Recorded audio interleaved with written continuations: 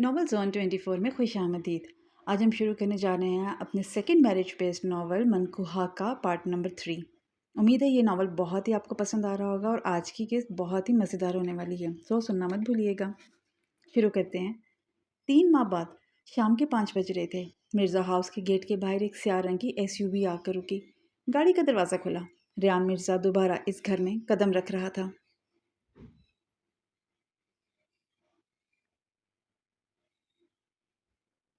وہی اعتماد، وہی بے فکری، جیسے اس نے کسی کی زندگی برباد ہی نہ کی ہو۔ ڈرائنگ روم میں بیٹھے سب افراد کے چہروں کے تاثرات بدل گئے۔ حارث مرزا نے ایک نظر اپنے بڑے بیٹے کو دیکھا، پھر خاموشی سے اخبار طے کر دیا۔ کس لیے آئے ہو؟ انہوں نے سرد لہجے میں پوچھا۔ امی سے ملنے، ریان نے بے نیازی سے جواب دے دیا۔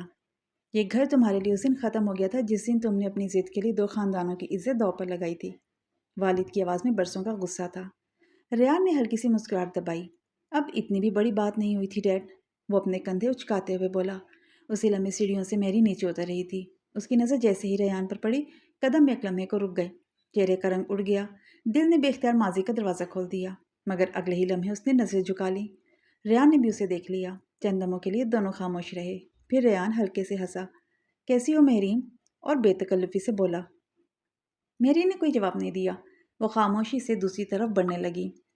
میں نے سوال کیا ہے، ریان دوبارہ بولا۔ آپ سے بات کرنے کی کوئی وجہ باقی نہیں رہی، مہرین نے پہلی بار مضبوط لہجے میں کہا۔ اسی لمحے پیچھے سے ایک بھاری آواز سنائی دی، اور نہ ہی آئندہ کبھی ہوگی۔ وہ ریان تھا، جو آہستہ آہستہ چلتا ہوا دونوں کے درمیان آ کھڑا ہوا۔ اس کی نظریں سیدھی اپنے بڑے بھائی پر تھی۔ تم اس سے دور رہو، وہ سخت لہجے میں بولا۔ ریان ہنس پڑا۔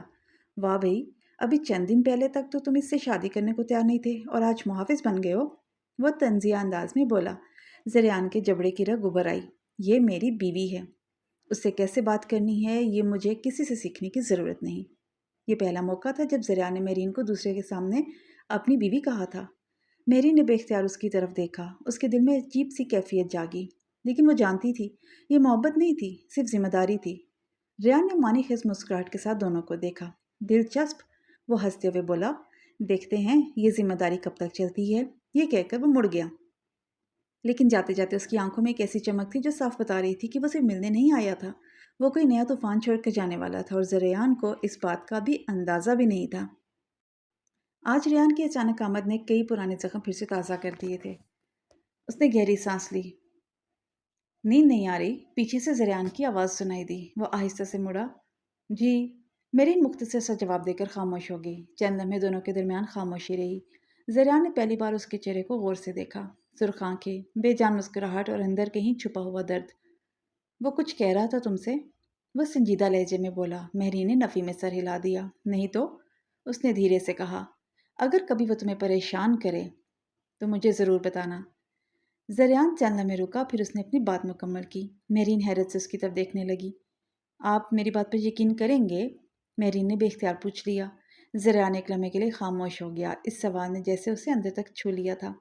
اگر سچ ہوگا تو ضرور کروں گا۔ مہرین کے لبوں پر پہلی بار ایک ہلکی بے اختیار مسکراہٹ آئی۔ وہ مسکراہٹ بہت مختصر تھی، مگر ریان نے اسے دیکھ لیا تھا۔ اگلی صبح ریان آفس جا چکا تھا۔ مہرین اپنے کمرے میں الماری ترتیب دے رہی تھی کہ اچانک اس کا فون بج اٹھا۔ اسکرین پر ایک انجان نمبر تھا۔ مہرین نے کال ریسیو کی۔ ہیلو؟ دوسری طرف سے ہلکی سی ہنسی سنائی دی۔ اتنی جلدی میری آواز بھول گئی؟ وہ ریان تھا۔ مہرین کا چہرہ ایک دم سخت ہو گیا۔ آپ نے فون کیوں کیا ہے؟ وہ سنبھلے ہوئے لہجے میں بولی۔ تم سے ملنا ہے، ریان بے فکری سے بولا۔ میں آپ سے نہیں ملنا چاہتی، مہرین نے فوراً جواب دے دیا، مگر مجھے تو ملنا ہے۔ آخر کبھی میری بیوی بھی رہی ہو، وہ ہنسا۔ مہرین کی انگلیاں فون پر سختی سے جم گئی۔ یہ لفظ دوبارہ مت کہیے گا، جس دن آپ نے مجھے طلاق دی تھی اسی دن وہ رشتہ ختم ہو گیا تھا۔ دوسری طرف چند لمحوں کی خاموشی چھا گئی، پھر ریان کی آواز پہلے سے زیادہ سرد ہو گئی۔ اگر تم نہیں آئی تو پھر مجھے ہی مرزا ہاؤس دوبارہ آنا پڑے گا۔ مہرین نے فوراً کال کاٹ دی۔ اس کے ہاتھ کانپ رہے تھے۔ اسی وقت دروازہ کھلا۔ ریان توقع سے پہلے گھر واپس آ گیا تھا۔ اس نے مہرین کے چہرے کی گھبراہٹ دیکھ لی۔ کیا ہوا؟ وہ سنجیدگی سے بولا۔ مہرین نے فوراً موبائل اپنے دوپٹے میں چھپا لیا۔ کچھ نہیں، وہ نظر چرا کر بولی۔ ریان نے چند لمحے خاموشی سے اسے دیکھا۔ وہ محسوس کر چکا تھا کہ مہرین اس سے کوئی بات چھپا رہی ہے۔ اور دوسری طرف ریان نے کال ختم کرتے ہی اپنے ہونٹوں پر ایک معنی خیز مسکراہٹ سجا لی۔ اب کھیل شروع ہوگا، وہ خود کلامی کرتے ہوئے بولا۔ اسے یقین تھا ماضی ابھی مکمل طور پر دفن نہیں ہوا تھا۔ میرین جانتی تھی ریان آسانی سے پیچھا چھوڑنے والوں میں سے نہیں تھا۔ اس نے رات والی کال کے بارے میں کسی کو کچھ نہیں بتایا۔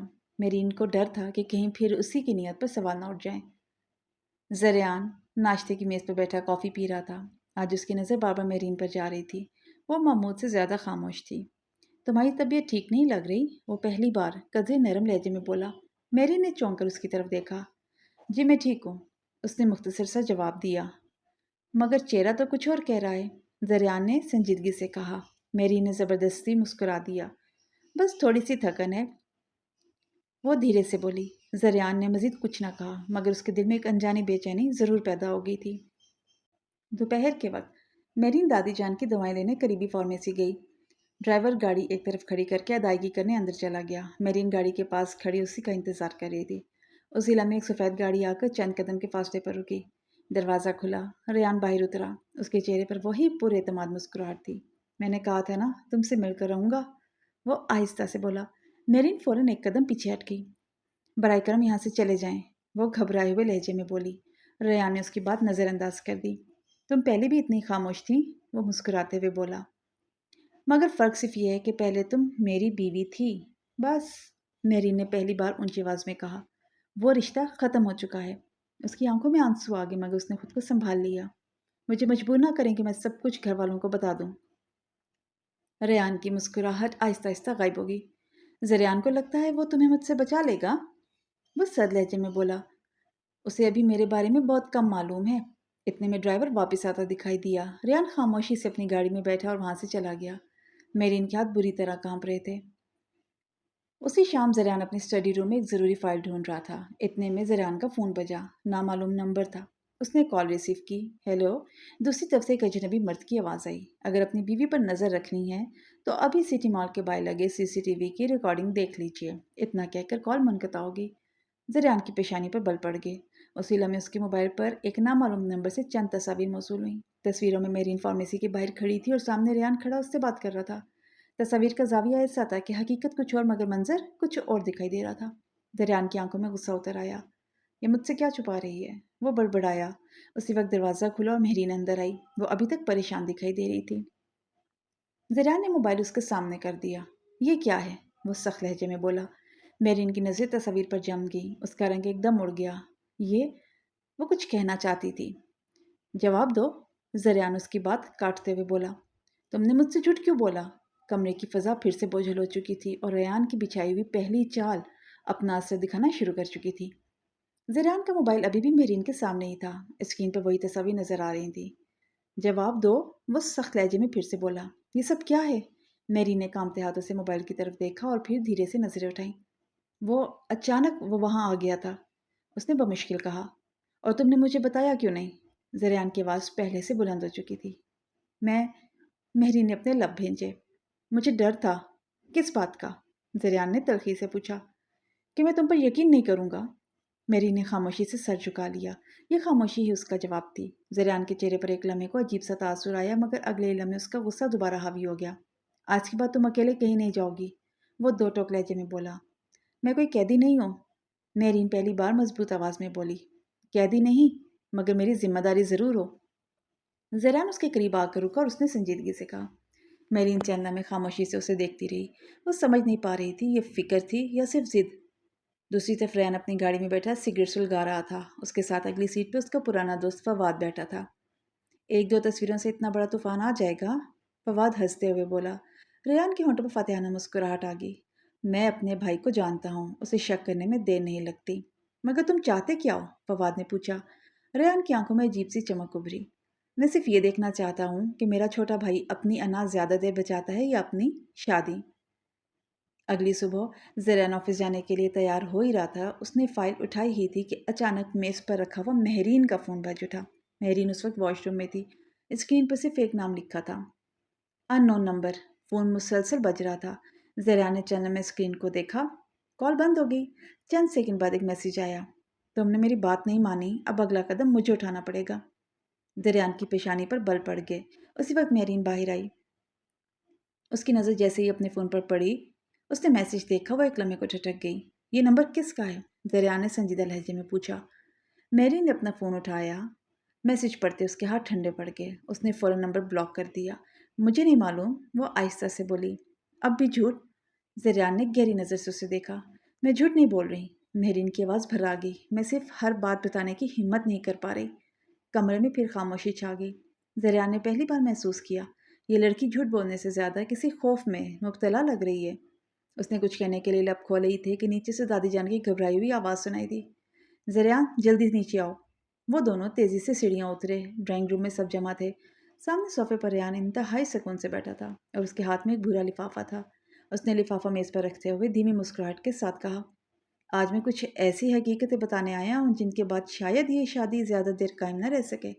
یہ سنتے ہی میرین کے چہرے کا رنگ اڑ گیا اور زریان کی نظریں پہلی بار اپنی بیوی کے خوفزدہ چہرے پر ٹھہر گئیں۔ ریان نے میز پر رکھا بھورا لفافہ اپنی انگلیوں سے آہستہ آہستہ تھپتھپایا۔ اس کے ہونٹوں پر فاتحانہ مسکراہٹ تھی۔ کیا ہوا؟ وہ زریان کو دیکھتے ہوئے بولا۔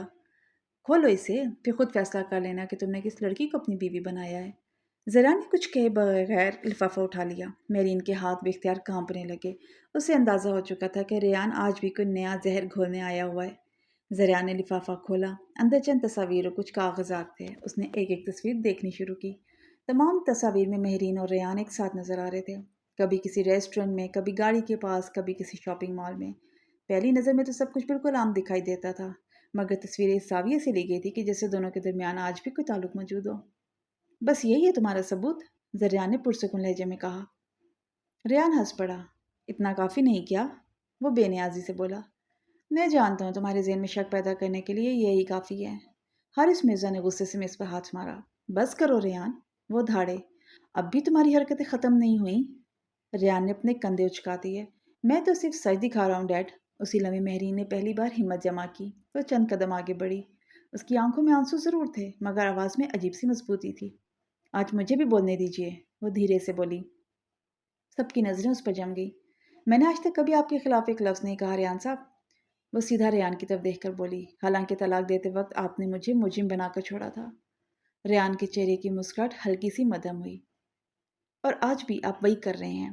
ان تصویروں میں سے ایک بھی ایسی نہیں جس میں میں اپنی مرضی سے آپ کے ساتھ کھڑی ہوں۔